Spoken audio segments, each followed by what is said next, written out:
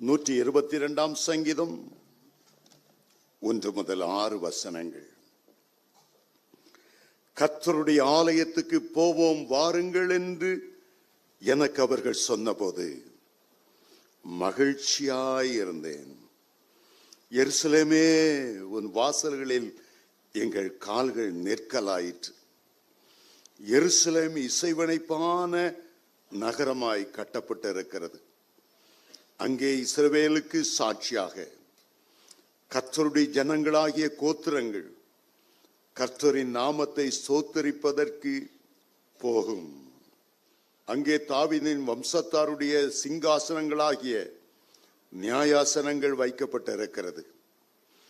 எருசலேமின் சமாதானத்துக்காக வேண்டிக் கொள்ளுங்கள். உன்னை நேசிக்கிறவர்கள் சுகித்திருப்பார்களாக. உன் அலங்கத்துக்குள்ளே சமாதானமும் உன் அரமனைக்குள்ளே சுகமும் இருப்பதாக. என் சகோதரர் நிமித்தமும் என் சிநேகிதர் நிமித்தமும் உன்னில் சமாதானம் இருப்பதாக என்பேன். எங்கள் தேவனாகிய கர்த்தரின் ஆலயத்தின் நிமித்தம் உனக்கு நன்மை உண்டாக தேடுவேன். நாம் பலரிடம் பல ஜெப குறிப்புகளை கொடுத்து எங்களுக்கு ஜெபம் பண்ணுங்க. நீதிமானுடைய ஜெபம் மிகுந்த பலனுள்ளதாக இருக்கிறது. பல ஜெப குறிப்புகளை கொடுக்கிறோம். எங்களுடைய பிள்ளைகளுக்கு கல்யாணம் ஆகல பிரதர், கல்யாணம் கட்டி கொடுத்து 5 வருஷமா குழந்தை இல்லை பிரதர், வறுமை வாட்டுகிறது, கடன் பிரச்சனையினால குடும்பமாய் தற்கொலை பண்ணலாமே என்று எண்ணுகிறோம். ஒவ்வொரு குடும்பத்திலும் ஒவ்வொரு பிரச்சனைகள். பல ஊழியக்காரர்களுக்கு கடிதம் எழுதுகிறோம், எங்களுக்காக ஜெபித்துக் கொள்ளுங்கள். ஆனால் பரலோக தேவன் நம்மிடத்துல வந்து சில ஜெப குறிப்புகளை கொடுக்கிறார். அவர் ஜெபத்தை கேட்கிறவர் தான், ஜெபத்துக்கு பதிலளிக்கிறவர் தான். இன்றைக்கு பிதாவினுடைய வலது பார்சத்துல நமக்காக வாக்கு கடங்காத பெருமூச்சுகளோடு மன்றாடுகிறவர் தான். ஆனால் நம்ம கிட்ட வந்து, என் மகனே என் மகளே, நான் கொடுக்கிற சில ஜெப குறிப்புக்காக நீ ஜெபம் பண்ணணும். அவர் சொல்லுகிறார், அறுவடை மிகுதியாய் இருக்கிறது, வேலையாட்களோ கொஞ்சம். அறுவடைக்கு எஜமான் வேலையாட்களை அனுப்பும்படி வேண்டிக் கொள்ளுங்க. கர்த்தருடைய வருகை நெருங்கிவிட்டது. எங்கு பார்த்தாலும் கர்த்தருடைய வருகையின் அடையாளங்களை பார்க்கிறோம். அறுவடை பெரிய அறுவடையாய் வயல் நிலங்கள் எல்லாம் விளைந்து நிற்கிறது. ஊழியக்காரரை எழுப்பும்படி ஜெபம் பண்ணப்பா, மிஷினரிகளை எழுப்பும்படி ஜெபம் பண்ணு. எலியாக்களை போல கர்த்தருக்காக வைராக்கியமாயிருக்கிறவர்கள் எழும்பும்படியாக ஜெபம் பண்ணு. ஜெப வீரர்களும் மன்றாட்டு வீரர்களும் பரலோகத்தை அசைக்கத்தக்க ஒரு ஜெபாவி ஊற்றப்படும்படி ஜெபம் பண்ணு.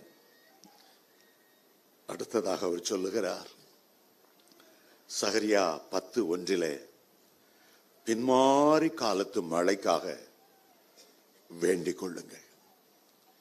ஆண்டவருடைய ஜெப குறிப்பு என்ன? ஒரு பெரிய அபிஷேக பின்மாறி மழை தேசமெங்கும் பெய்யும்படி வேண்டிக் கொள்ளுங்கள், வேண்டிக் கொள்ளுங்கள். இந்த இடத்துல எருசலேமுக்காக, எருசலேமின் சமாதானத்துக்காக வேண்டிக் கொள்ளுங்கள் என்று சொல்லுகிறார். காரணம், இன்றைக்கு எருசலேம் பற்றி எரிந்து கொண்டிருக்கிறது.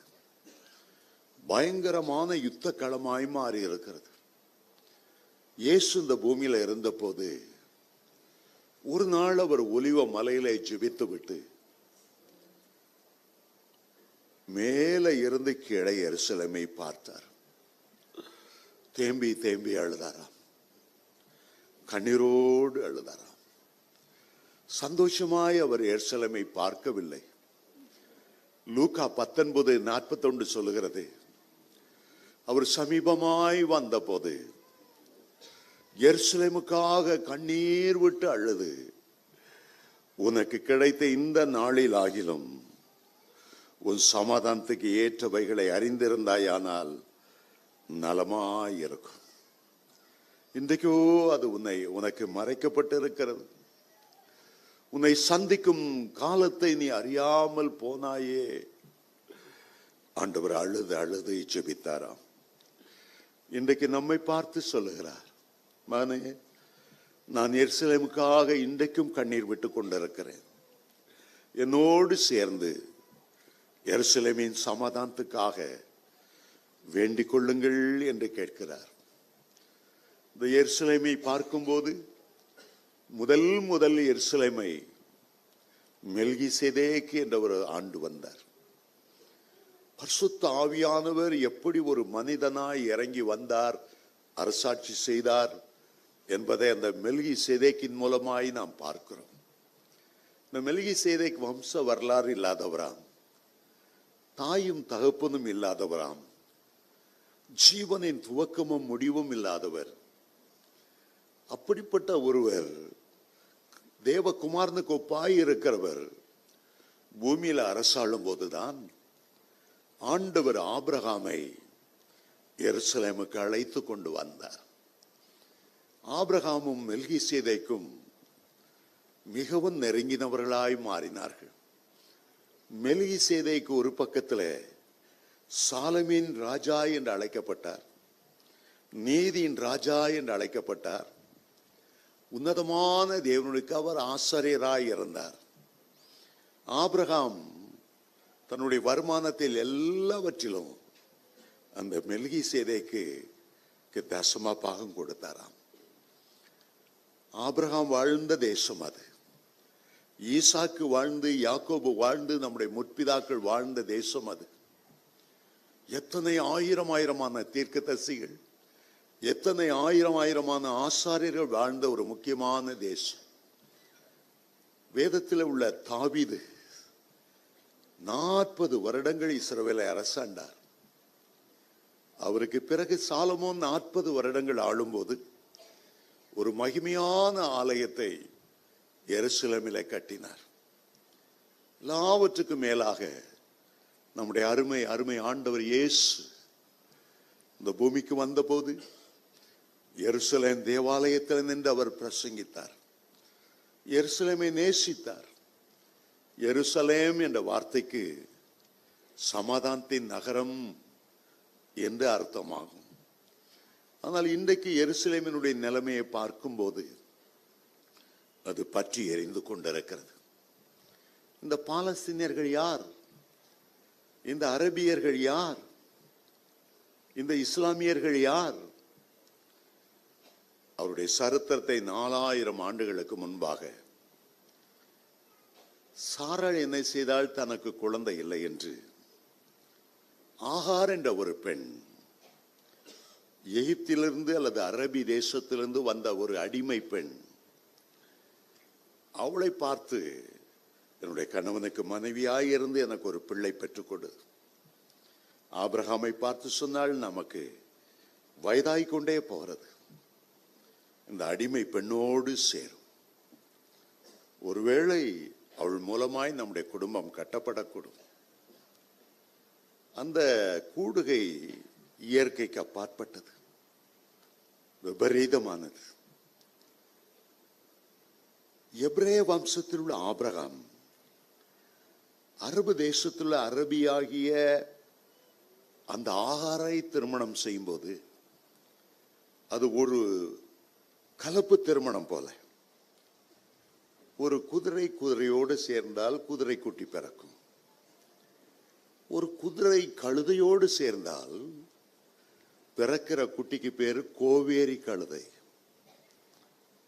குதிரை எப்போதும் குதிரையோட தான் சேரணும், கழுதையோட சேரக்கூடாது. சேர்ந்தால் ஒரு கலப்பு இனம், முரட்டுத்தனமுள்ள ஒரு கோவேரி கழுதை. அப்படி இஸ்மவேல் பிறந்தான்.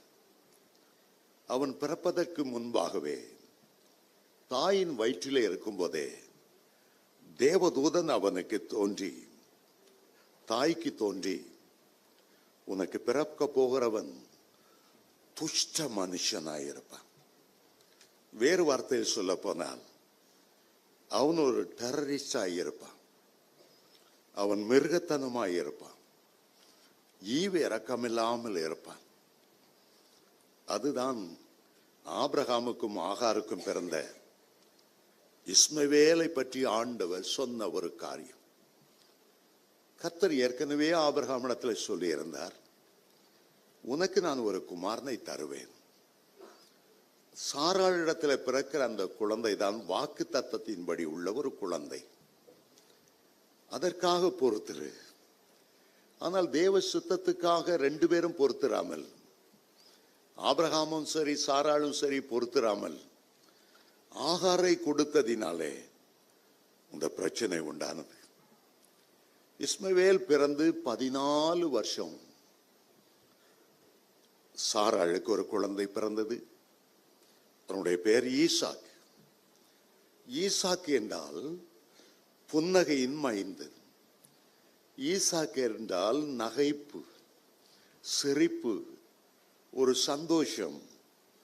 ஈசாக் என்றால் ஆவியிலே களி கூறுதல் என்று அர்த்தமாகும். இஸ்மவேலுக்கு 14 வயது. ஆனால் இந்த குழந்தை பிறந்த போது, இந்த குழந்தை சின்ன குழந்தையா இருக்கும்போது, அந்த பெரிய இஸ்மவேல் அவனை பாசத்தோடு பார்க்கவில்லை, அவனை பரியாசம் பண்ணினான். ஆதியாகமம் 21:9 வாசிக்கிறோம். அவனுக்குள்ளே பரியாசம் பண்ணி கேலி செய்து அற்பமாய் மட்டம் தட்டுகிற ஒரு சுபாவம் இருந்தது. ஆகவே தாய் சொன்னாள், இஸ்மவேலையும் ஈசாக்கையும் ஒரு வீட்டுக்குள்ள வைக்க முடியாது, ஒரு துஷ்டனையும் எப்போதும் கள்ளங்கப்படில்லாமல் சிரித்து கொண்டிருக்கிற ஈசாக்கையும் ஒரே வீட்டில் வைக்க முடியாது. ஆகவே இந்த இஸ்மவேலை நீர் புறம்பே தள்ளும், ஒரே வீட்டில் இருக்க முடியாது. ஆனா நடந்தது என்ன?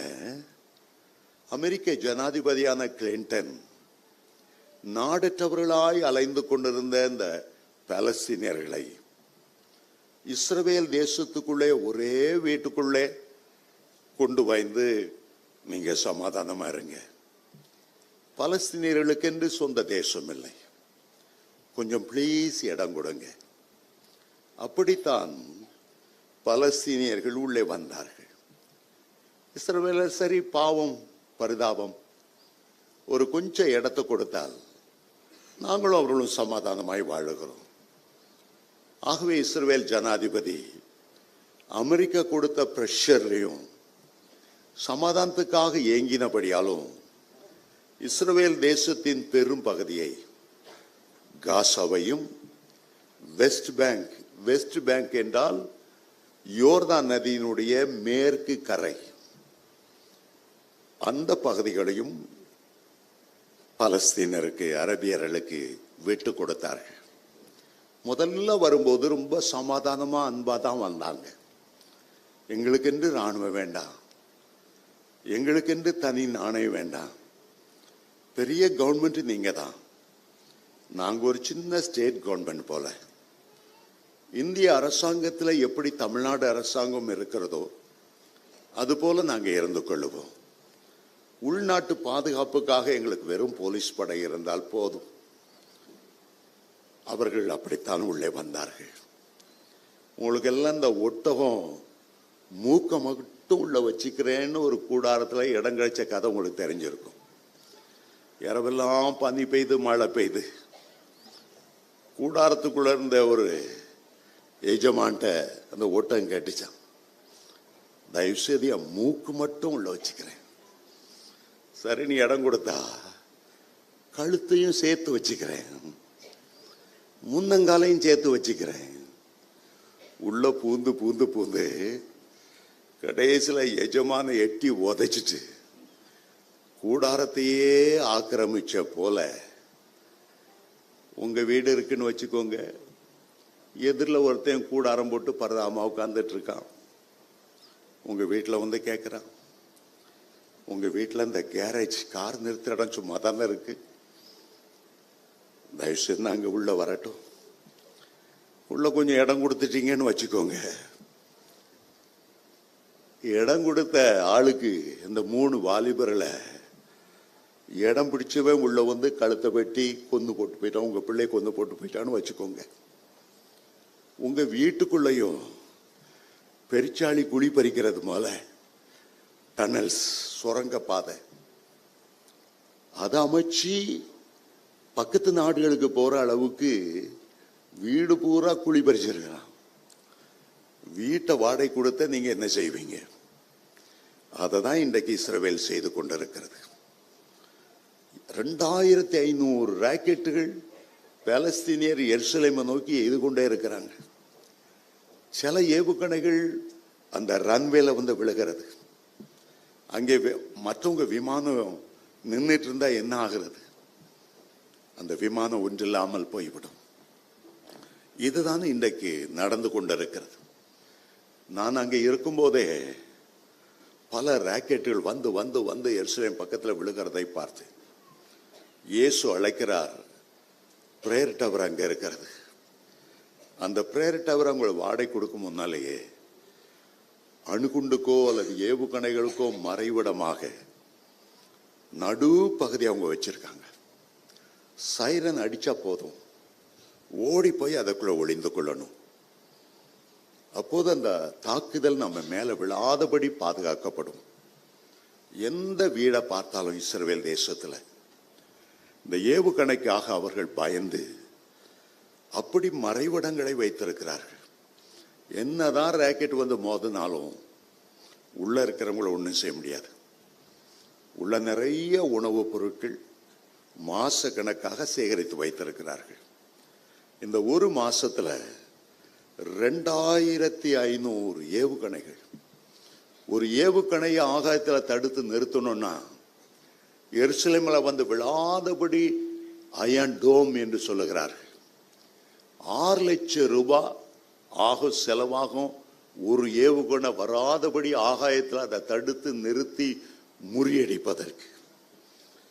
ஒரு ஏவுகணைக்கு 6 லட்சம் ரூபாய் என்றால் 2500 ஏவுகணைகளை தடுத்து நிறுத்த வேண்டும் என்றால் என்ன நிலைமை? இன்றைக்கு 2 பக்கமும் பலத்த சேதம். பாலஸ்தீனர்கள் 1000 பேர் கொல்லப்பட்டிருக்கிறார். ஆனால் ஒரு பலஸ்தீனாவது அந்த ஹமாஸ் என்கிற தீவிர இயக்கத்தினரை பார்த்து ஏன் சும்மா அவங்கள வம்புக்கு இழுக்கிறா? நீங்க சமாதானமா இருக்க வேண்டியதானே? ஏன் இந்த ராக்கெட்டை அனுப்பிட்டே இருக்கிறா? அவரை யாரும் தடுத்து நிறுத்த காணும். சமாதானம் சொல்லித்தானே உள்ள வந்தா, ஏன் சமாதானத்தை கெடுக்கிறா? யாரும் எச்சரிக்கை காணும். ஐயோ இஸ்ரவேல் எங்க பிள்ளைகளை கொள்றாங்களே, ஐயோ பெண்களை கொள்றாங்களே, ஐயோ ஸ்கூல் எல்லாம் குண்டு விழுகிறதே. ஆனா அவங்க யுத்தத்தை நிறுத்த காணும். இப்படிப்பட்ட ஒரு சூழ்நிலைக்குள்ள இஸ்ரவேல் தேசம் போய்கொண்டிருக்கிறது. முன்பு போல இஸ்ரவேலும் பலம் உள்ளதா இல்லை. முழு உலகத்திலையும் மிஞ்சி மிஞ்சி போயிருக்கிற தேவ ஜனங்கள் யூதர்கள். ஆபிரகாமின் சாராளுக்கும் பிறந்த ஈசாக்கின் வம்சத்தினர் இன்னைக்கு ரொம்ப கொஞ்சமா போயிட்டாங்க. 60 லட்சம் பேர் தான் இருக்கிறாங்க. ஒரு யூதனுக்கு 250 வீதம் அதிகமான வீதம் பாலஸ்தீனியர்கள், அரபியர்கள் இருக்கிறாங்க. 250 ஓநாய்கள் மத்தியில ஒரு ஆடு, ஒரு ஆட்டுக்குட்டி நின்றா அது எத்தனை ஒரு பரிதாபமான நிலைமையா இருக்குமோ, அந்த நிலைமையில தான் இன்றைக்கு இஸ்ரவேல் நிற்கிறது. இஸ்ரவேல் தேசத்தை சுத்திலும் 22 அரபிக் இஸ்லாமிக் நேஷன்ஸ். ஒரு சின்ன குட்டி நாடு இஸ்ரவேல். அந்த நாட்டுக்குள்ளேயும் பாலஸ்தீனியர்கள். ஈசாக்கு என்ன செய்யறான்? அவன் செய்யறதெல்லாம் அப்படியே சிரிச்சிட்டே இருக்கிறான். இவன் துஷ்ட மனுஷனா இருந்தாலும், அவனை பரியாசம் பண்ணாலும், ஈசாக்கு செய்கிற காரியம் சிரிச்சிட்டே இருக்கிற காரியம் கர்த்தர் பார்த்து கொள்வார். சிரிச்சிட்டே இருக்கிறான். சாத்தான் அணுகுண்ட போட்டாலும், சாத்தானே நீ எங்களை ஒன்றும் செய்ய முடியாது, நாங்கள் கர்த்தருடைய ஜாதி, தேவனால் தெரிந்து கொள்ளப்பட்ட ஜனங்கள், சிரித்து கொண்டே இருக்கிறான். உன்னுடைய எல்லா முயற்சிகளும் உடைக்கப்படும். நான் நம்பியிருக்கிற ஆண்டவர் பெரியவர். ஈசாக்கு என்றால் புன்னகை என்ற அர்த்தம். இன்றைக்கு நாம் ஈசாக்கின் சந்ததியை போல வாக்குத்தத்த சந்ததியாக இருக்கிறோம். இஸ்மாயில் மாம்சத்தின்படியான ஒரு சந்ததி. ஆனால் ஈசாக்கு வாக்குத்தத்தத்தின்படியான சந்ததி.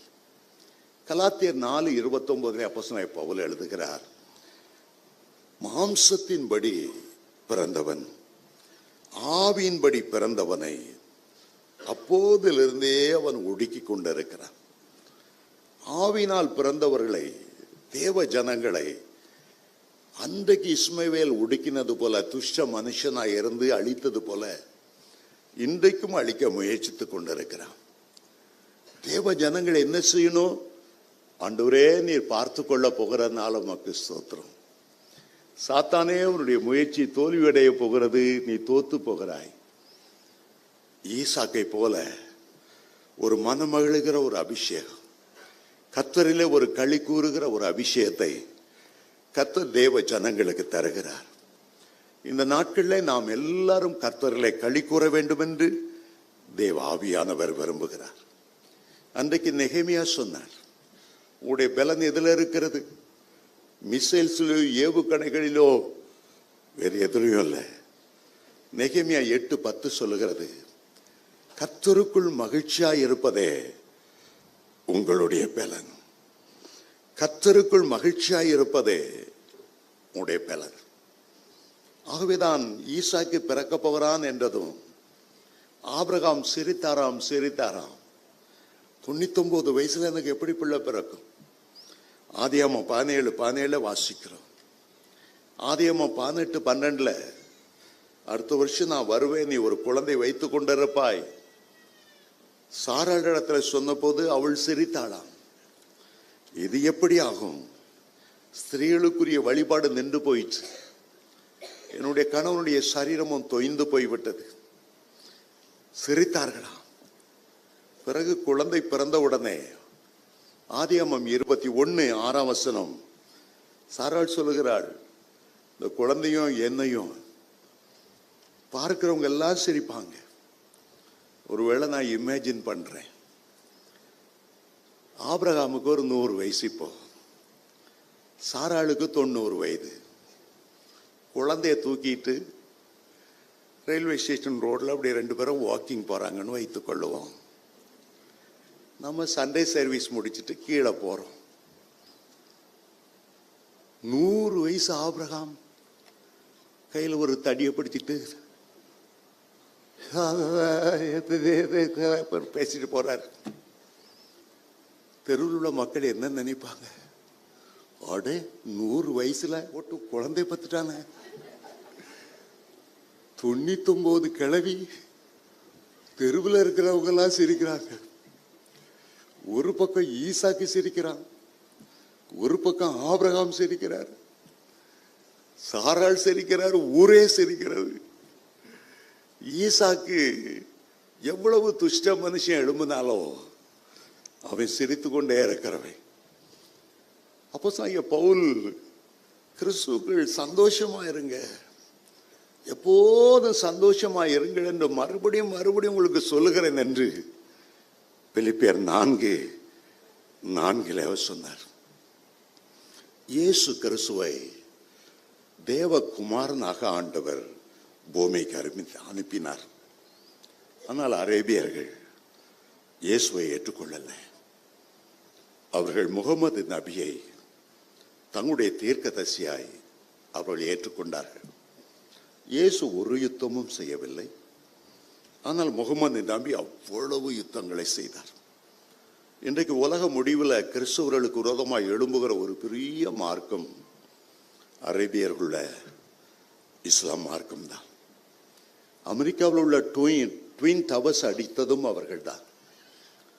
பாம்பேயில் உள்ள தாஜ் 5 ஸ்டார் ஹோட்டல், அதை அடித்த தீவிரவாதிகள் அவ்வளவு பேரும் இஸ்லாமியர்கள். காரணம் இல்லாம நம்முடைய தேசத்துல எண்ணற்ற ரத்தம் ஓடிக்கொண்டே இருந்தது. அருமையான தேவனுடைய பிள்ளைகளே, நேரம் கடந்து போறபடியால் நான் சுருக்கிக் கொள்ளுகிறேன். இன்றைக்கு பலவிதமான ஆவிக்குரிய யுத்தங்கள் தேவ ஜனங்களுக்கு விரோதமாய் வந்திருக்கிறது. இயேசுவை இந்த பூமியில அனுப்பும் போது ஒரு ஈசாக்குக்குரிய ஒரு அபிஷேகத்தை ஆண்டவர் கொடுத்தார். மனமகிழ்கிற ஒரு அபிஷேகம், சிரித்து கொண்டே இருக்கிற அபிஷேகம். அந்த அபிஷேகத்துக்கு பெயர் ஆனந்த தைல அபிஷேகம். சிரித்து கொண்டே இருப்பார்களாம், களி கூர்ந்து கொண்டே இருப்பார்கள்.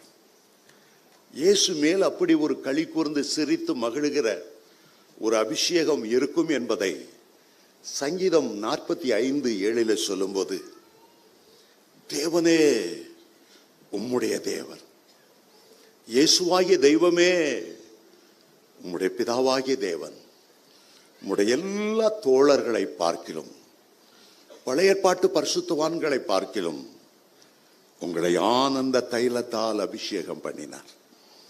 இந்த ஆனந்த தைல அபிஷேகம் வரும்போது உலகத்தில் உள்ள பிரச்சனைகளையும் போராட்டங்களையும் மறந்து, எவ்வளவு தீய மனுஷர் உங்களுக்கு விரோதமாய் எழும்பியிருந்தாலும், உன்னுடைய பேரை கெடுக்கிறனா இல்லையா பார், உன்னை கோட்ல இழுத்து உன்னை கேவலப்படுத்துகிறனா இல்லையா பார், அவ்வளவு பேர் மத்தியிலும் ஆனந்த தைலத்தால நிரம்பி கர்த்தருக்குள்ள மகிழ்கிற ஒரு பாக்கியம்தான் இந்த கடைசி காலத்திலே வாக்கு தத்தத்தின் பிள்ளைகளாகிய நமக்கு ஆண்டவர் தருகிறார்.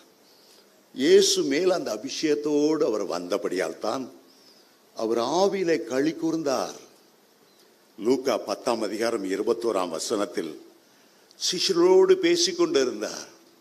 அப்படியே ஆவியில களி கூர்ந்தாராம்.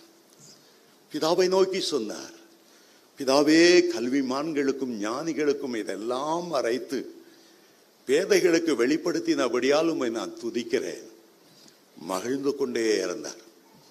இயேசுனுடைய தாயை மரியாளை எல்லாரும் வியாகுல மாதா வியாகுல மாதா, அந்த அம்மா முகம் எப்போதும் சீரியஸா இருக்கும், கவலை தோய்ந்ததா இருக்கும்.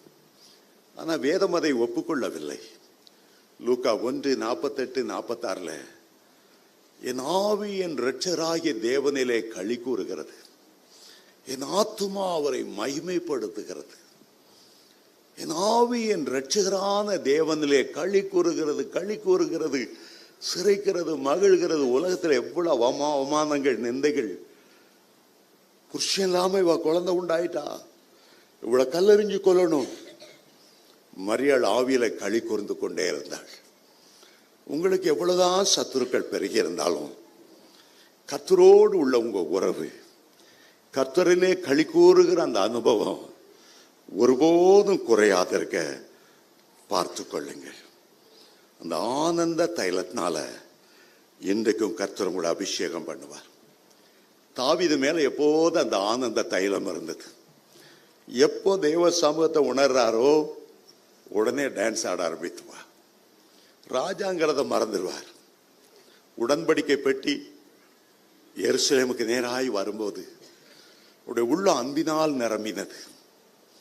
ஐயோ, என்னுடைய ஆண்டவர் என்னை தாழ்விலை என்னை தெரிந்தெடுத்து ஆடு மேய்த்த என்னை சக்கரவர்த்தியாய் மாற்றினார்.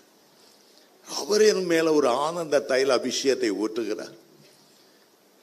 வெக்கத்தை மறந்து ஆவியில களி கூர்ந்து முழு பலத்தோடு நடனமாடினார். அவ்வளவு சேனை தளபதிகள்லாம் இருக்காங்க, அவ்வளவு போர் வீரர்கள் இருக்கிறாங்க. எருசலேம் குமார்த்திகள், சீயோன் குமார்த்திகள் இருக்கு. அதை பற்றி அவர் கேர் பண்ணவே இல்லை. தாம் உண்டு, தன்னுடைய ஆண்டவர் உண்டு. என்னை தாழ்வில நினைத்தார். அவர் என்ன கொடுக்கிற சந்தோஷம் ஒரு மேன்மையான சந்தோஷம்.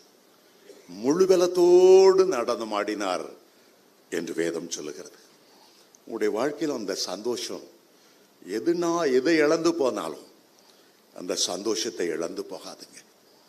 இது உலகம் கொடுக்கும் எடுக்கக்கூடாத ஒரு சந்தோஷம்.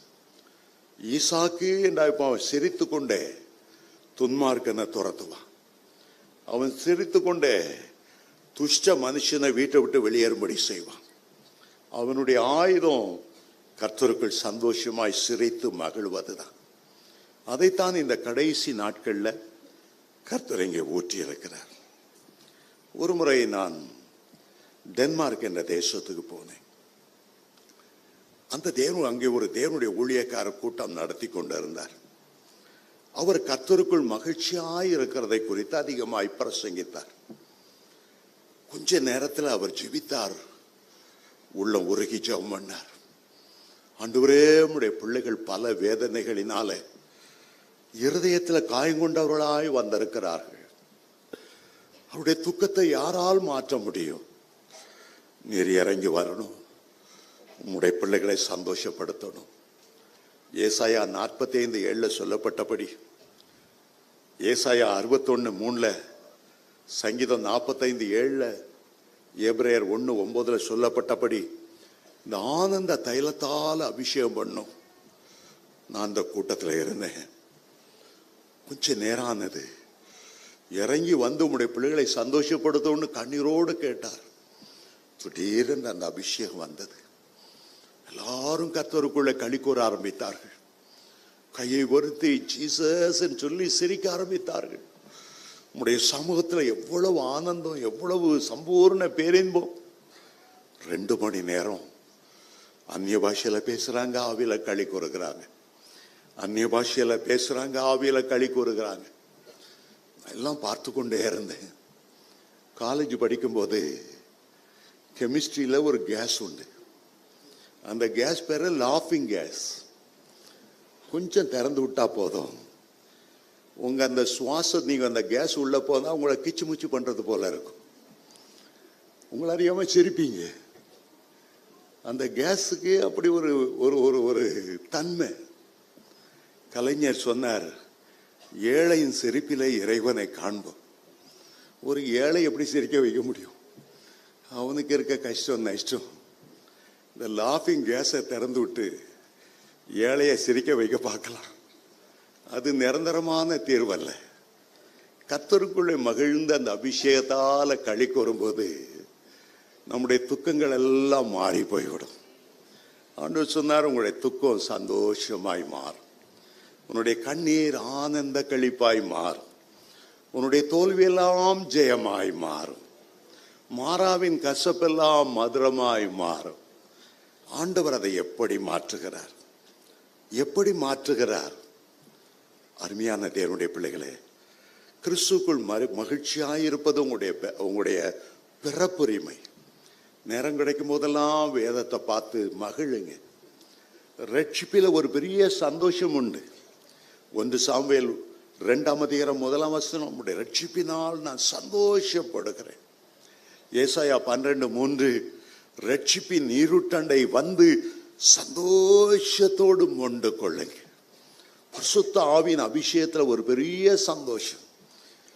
ரோமர் 14:17 சொல்லுகிறது, பரலோக ராஜ்யம் புசிப்பும் குடிப்பும் அல்ல, அது நீதியும் சமாதானமும் பரிசுத்தாவினால் உண்டாகிற சந்தோஷமாய் இருக்கிறது. பரிசுத்த ஆவினால் நிரம்புவது அவ்வளவு சந்தோஷம். கர்த்தருடைய ஆலயத்துக்கு போவது அவ்வளவு சந்தோஷம். கர்த்தருடைய ஆலயத்துக்கு போவோம் வாருங்கள் என்று சொன்னபோது நான் சந்தோஷமாயிருந்தேன். வேதத்தை வாசிப்பது நமக்கு அவ்வளவு சந்தோஷம். சங்கீதம் 19:10 அவர் சொல்லுகிறார், உம்முடைய அந்த கர்த்தருடைய வேதம் தேனிலும் தெளிதேனிலும் மதுரமாய் இருக்கிறது. 119 சங்கீதத்தில் தாவீதுராஜா சொல்லுகிறார், உம்முடைய வேதம் எனக்கு மனமகிழ்ச்சியாய் இல்லாமல் இருந்தால் எப்பொழுதே என்னுடைய துக்கத்திலே நான் மூழ்கி போய் இறந்திருப்பேன். உங்களுடைய வேதம் தான் என் மனமகிழ்ச்சி. தேவ பிள்ளைகள் மனம் மகிழ்வதற்கு, அந்த ஆனந்த தைல அபிஷேகத்தால் நிறைந்து ஆவியில களி கூறுவதற்கு நமக்கு எந்தனை பாக்கியம் தந்திருக்கிறார். தேவ பிள்ளைகளை என்ன சூழ்நிலை உங்களுடைய வீட்டில் இருந்தாலும் கர்த்தரிலே களி கூறுங்க. நீங்க எல்லாவற்றையும் இழந்திருந்தாலும் கிறிஸ்துவை இழந்து விடவில்லை. அவருடைய அன்பின் பிரசன்னத்தை இழந்து விடவில்லை. இழந்து போனதை தேட வந்த ஆண்டவர் நீங்கள் இழந்து போன எல்லாவற்றையும் இரட்டத்தனையாய், ஏன் 100 மடங்காய் 1000 மடங்காய் ஆண்டவர் உங்களுக்கு தந்தருளுவார். வானத்தின் பலகணிகளை திறந்து இடங்கொள்ளாமற் போக மட்டும் உங்களை ஆசீர்வதிக்கவே ஆசீர்வதிப்பார். உங்களுடைய குடும்பத்தில் சமாதானத்தை இழந்து போனீர்களோ, சமாதான பிரபுவான இயேசு உங்களுடைய வீட்டில வரும்போது எல்லா புத்திக்கு மேலான தேவ சமாதானம் உங்களுடைய வீட்டை எல்லாம் நிரப்பி விடும். இன்றைக்கு இருக்கிற பற்றாக்குறைகள், இன்றைக்கு இருக்கிற போராட்டங்கள், இன்றைக்கு இருக்கிற பிரச்சனைகள் எல்லாவற்றையும் அவர் மாற்ற வல்லமை உள்ளவர். உங்களுடைய துக்கத்தை மாற்றி உங்களுடைய கண்ணீரை துடைக்க அவர் வல்லமை உள்ளவர். எப்போது கர்த்தரிலே களி கூறுங்க. எதை இழந்தாலும் ஆவிக்குரிய சந்தோஷத்தை இழந்து விடாதீங்க. எத்தனை துச்ச மனுஷர் எழுப்பினாலும், எவ்வளவு தீய செய்திகளை நீங்க கேட்டாலும் அது ஒன்று உங்களை அணுகாது. பொல்லாப்பு உனக்கு நேரிடாது.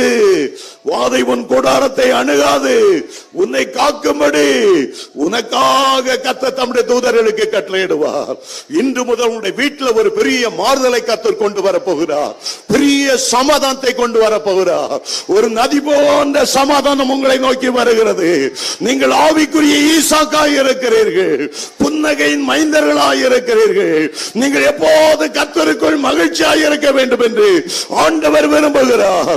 இன்றைக்கு ஏதோ ஒரு காரியத்தை செய்ய போகிறார். உடைய அருகில வருகிறார். ஒரு ஆனந்த தைலத்தை உங்கள் மேல ஊற்ற போகிறார். ஒரு ஆனந்த தைல அபிஷேகத்தை ஊற்ற போகிறார். நீ கர்த்தருக்கு மனமகிழ்ச்சியை கொண்டு வரக்கூடியவர். என் பிரியமே, என் ரூபவதியே, என் மனமகிழ்ச்சியானவளே என்று கர்த்தர் உன்னை அன்போடு அழைக்கிறார். கர்த்தருக்குள்ள நீ எப்போது சந்தோஷப்பட்டு களி கூறுவாய். அவருடைய வருகை சமீபமாகிவிட்டது. ஆத்தும நேசரை சந்திக்கும் போது எத்தனை மகிழ்ச்சியோடு அவருக்கு எதிர்கொண்டு போக வேண்டும். ஏசாயா 35:10 சொல்லுகிறது, கர்த்தரால் மீட்கப்பட்டவர்கள் திரும்பி ஆனந்த களிப்போடு பாடி சியோனுக்கு வருவார்கள். நித்திய மகிழ்ச்சி அவருடைய தலைமையில் இருக்கும்.